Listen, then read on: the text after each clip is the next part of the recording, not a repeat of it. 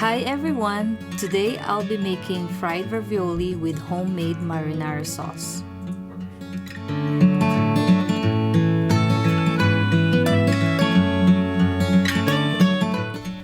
First, I'll be making homemade marinara sauce. I will be using plum tomatoes. You can also use Roma tomatoes.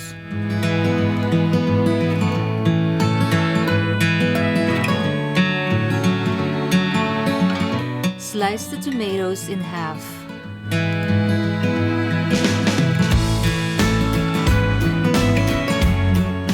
Add cracked pepper, dried parsley, dried oregano, salt, balsamic vinegar, and olive oil.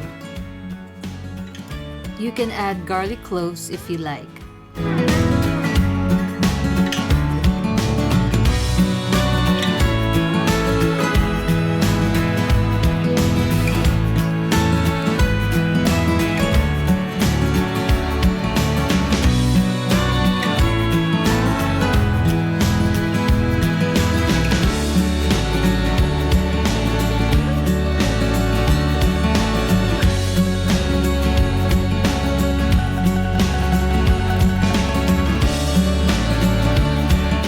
Feel free to add more pepper if needed.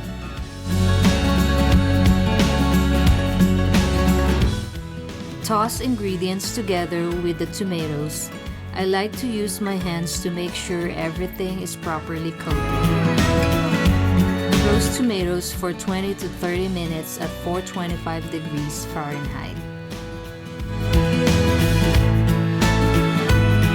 Roasted tomatoes to your food processor or blender. Pulse blend to your desired consistency.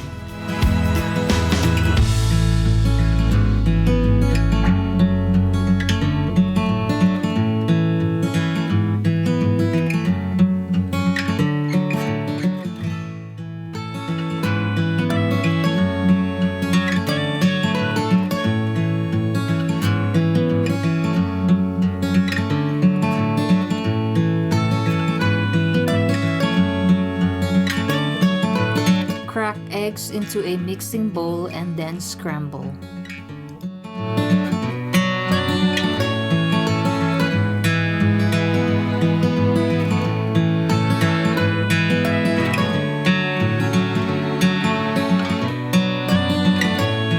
I use store-bought Italian sausage ravioli, but feel free to use any type of ravioli you like.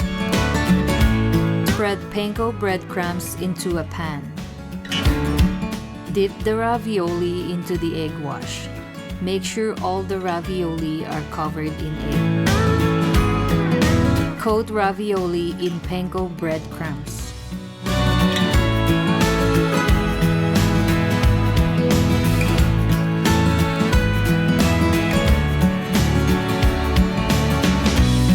Fry until golden brown.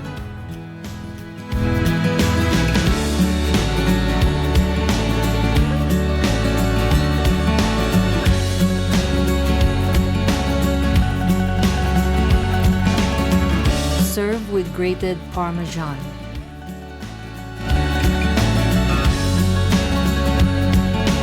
I hope you enjoyed watching this video. Please like and subscribe. Thank you.